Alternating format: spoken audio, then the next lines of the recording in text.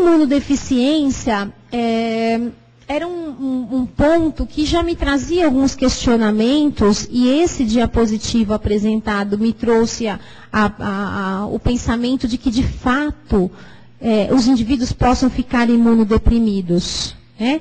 O quanto a resposta imunológica fica comprometida. E nós sabemos que a nutrição ajuda muito a resposta imunológica. Indivíduos desnutridos não têm a mesma resposta a quadros infecciosos do que indivíduos bem nutridos. Isso nós já sabíamos, mas não tínhamos tanta clareza em relação à doença do neurônio motor. Mas nesse simpósio isso foi ventilado e possivelmente seja uma forma de nós buscarmos nutrir os pacientes para evitar que o indivíduo fique com imunodeficiência ou ofertar alimentos que possam proteger, né, o estresse oxidativo celular, como, por exemplo, os antioxidantes, né, os antioxidantes que já estão presentes nos alimentos.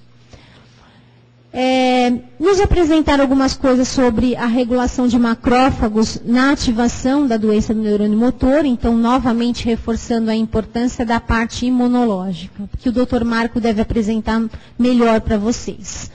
Quanto à modulação dietética, quem apresentou esse trabalho foi uma nutricionista que sugere que nós devemos fazer dieta hipercalórica para os pacientes, mas às custas de gordura, que nós deveríamos dar mais alimentos gordurosos, porque esses alimentos gordurosos seriam capazes de produzir menos gás carbônico e, consequentemente, auxiliar na parte respiratória dos indivíduos.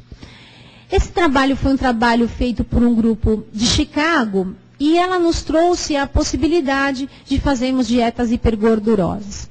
Nós já tivemos essa experiência aqui no Brasil e existem algumas complicações, algumas considerações quanto ao uso de dieta hipergordurosa. Um deles é que todas as dietas ricas em gorduras diminuem o tempo de esvaziamento gástrico. Então, o paciente tem sensação de plenitude, tem sensação de estar sempre muito cheio, e isso muitas vezes dificulta a parte respiratória, né? Então, grandes volumes e ainda volume com grandes quantidades de gordura podem trazer um certo desconforto abdominal. São dietas de alta osmolaridade, gente. O que seria a osmolaridade? A osmolaridade é a quantidade de soluto que nós temos num solvente. Então, um exemplo muito simples. Quando nós fazemos um suco de groselha, se nós colocarmos muita groselha e pouca água, ele fica um suco de alta osmolaridade. Por quê? Nós temos uma grande quantidade de soluto para uma pequena quantidade de solvente. Então, as dietas de alta osmolaridade são aquelas dietas que vão levar muito mais tempo para nós conseguirmos absorver do que as dietas que estão um pouco mais diluídas. Ainda nesse sentido, há um aumento no risco de regurgitação e, consequentemente, broncoaspiração. Então, nós não podemos perder de vista que há possibilidade de fazermos dietas hipergordurosas, mas que nós precisamos manejar, monitorizar os riscos de fazer esse tipo de dieta. Os custos, as dietas ricas em gordura chegam a custar em torno de 20% a 30% mais caro do que as dietas convencionais e precisamos avaliar ainda quais são os reais benefícios de fazermos dietas hipergordurosas. Em relação à sobrevida, foi muito falado sobre a manutenção do estado nutricional e a sobrevida, especialmente para os pacientes que têm a doença do neurônio motor iniciada por membros. Então, aqueles indivíduos que tiveram o aparecimento da doença a partir dos membros, há necessidade de termos um maior cuidado nutricional. Porque esta manutenção do estado nutricional altera de fato a sobrevida dos pacientes. Quanto mais o indivíduo perde peso, mais comprometido fica o tempo de vida. Foi falado muito também sobre a indicação precoce de gastrostomia. E que precocidade é essa? Em que momento colocar a gastrostomia? E dentro dessa precocidade, que os pacientes que têm o início da doença pelo acometimento bulbar, pela fala, pela deglutição ou respiração, precisam da indicação de gastrostomia precoce de 12 a 14 meses após a manifestação da doença. E os pacientes com comprometimento membro em torno de 36 meses após o aparecimento da doença. Então, não podemos indicar a gastrostomia no mesmo tempo para todos os indivíduos.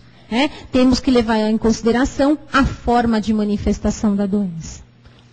Então, aqui nesse sentido, fomos levando um trabalho que depois eu vou pendurar para que vocês possam visualizar. Esse foi o trabalho, a nossa contribuição para esse simpósio, onde nós estudamos 128 pacientes que colocaram gastrostomia e qual foi o resultado dele na sobrevida dos pacientes. Então, depois eu vou expor o pôster ali para que vocês possam visualizá-lo.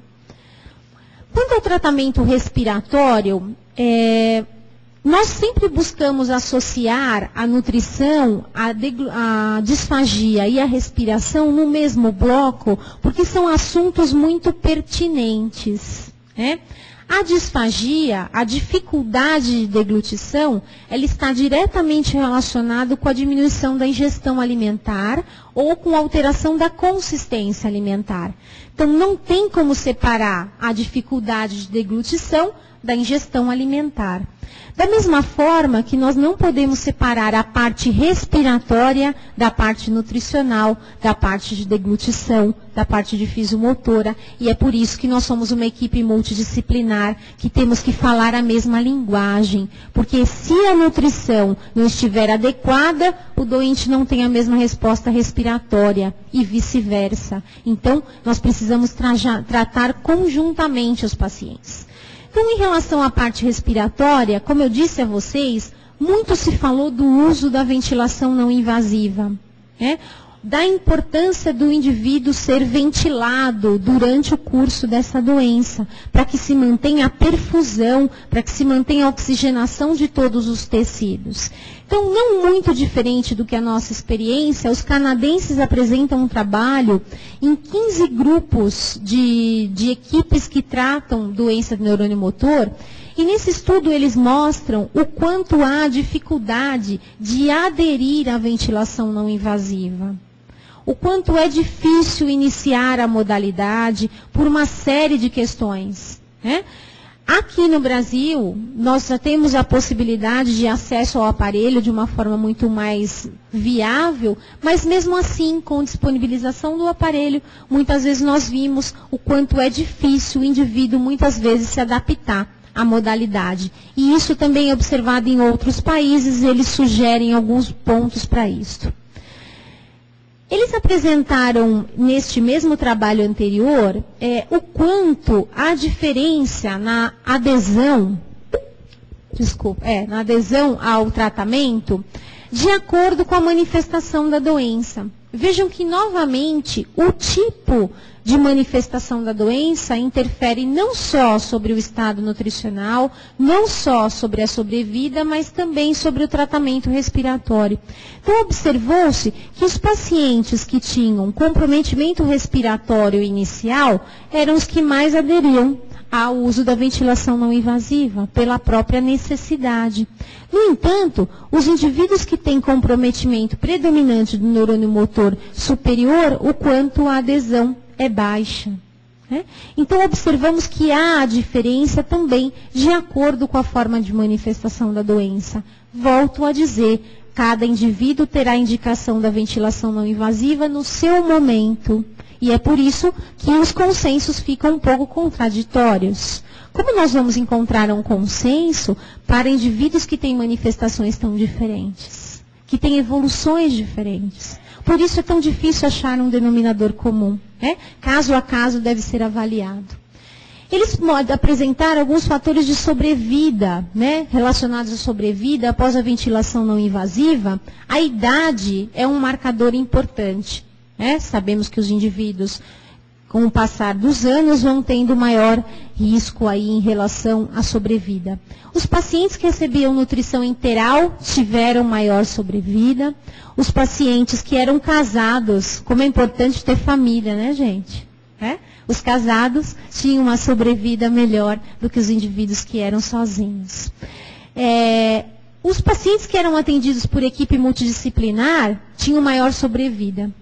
Então, se nós pudéssemos fazer um pacote, né, nós diríamos que a idade, a nutrição, o estado civil, ser atendido por pessoas competentes, né, pessoas que conheçam a doença, podem ajudar a melhorar o tempo de vida e a qualidade de vida dos pacientes. E isto, a meu ver, é tão importante quanto nós encontrarmos um remédio que resolva tudo. Neste exato momento, estamos a caminho, estamos à busca disso, mas temos muita coisa para fazer antes, né, e que podem melhorar a qualidade de vida dos pacientes.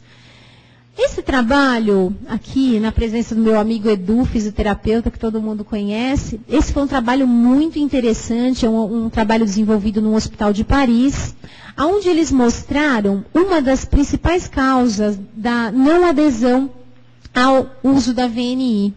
Então, eles mostraram um trabalho onde os indivíduos, vocês têm aqui duas fotos. A foto da esquerda é a glote do paciente, né? Sem ventilação não invasiva, e do lado direito, como fica a glote durante a ventilação não invasiva. O quanto há uma oclusão de glote durante a ventilação, e que isso muitas vezes traz a alguns pacientes a sensação não de bem-estar, de que estou sendo ventilado, e sim de que eu estou sufocado. O ar é muito forte, eu tenho a sensação de que vou parar de respirar. Então, eles sugerem algumas manobras para que nós não tenhamos situações como essa. Vejam que interessante o quanto outras áreas buscam minimizar e contornar problemas como esses. Estimulação diafragmática já havia sido apresentada no Congresso em Berlim, em 2009, no entanto, só foi aprovado pelo FDA em 2011 para o tratamento da doença do neurônio motor. Então, seria a implantação do bypass diafragmático. Eles já têm experiências da colocação do bypass associado à gastrostomia, fazem ao mesmo tempo o procedimento. Então, vocês podem observar que eles estão fazendo a implantação e eles demonstram nesse trabalho, com 106 pacientes, redução nos quadros de infecção respiratória. Então, seria um marcapasso diafragmático estimulando aí este músculo tão grande e ajudando os pacientes a melhorar as infecções respiratórias. Parece-me que este grupo já realizou 2 implantações aqui no Brasil. Foi apresentado pelo Dr. Brooks. O Dr. Brooks fez essa apresentação que muito nos chamou a atenção. Aqui no Brasil, muitos pacientes que estão presentes aqui devem receber a orientação de fazer um treino com AMBU, né? R-Stucking.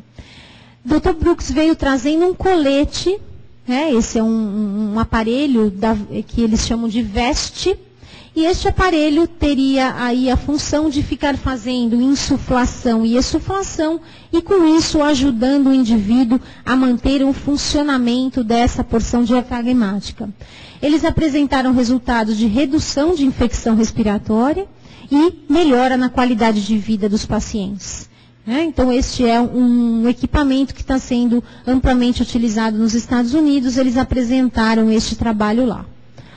Muito se falou também sobre Cough Assist, né, a tosse assistida. Um grupo japonês apresentou esse trabalho. No entanto, eles não conseguiram demonstrar que o Cough Assist, a tosse assistida, consegue diminuir as infecções respiratórias. Na verdade, o Cough Assist ajuda na limpeza das secreções, mas ele neste estudo não foi capaz de demonstrar melhora nos quadros infecciosos. Finalizando, eu vou abrir depois para as discussões, eu queria agradecer a oportunidade mais uma vez de participar do simpósio e de poder trazer para vocês um pouco das informações que nós ouvimos lá. Muito obrigada.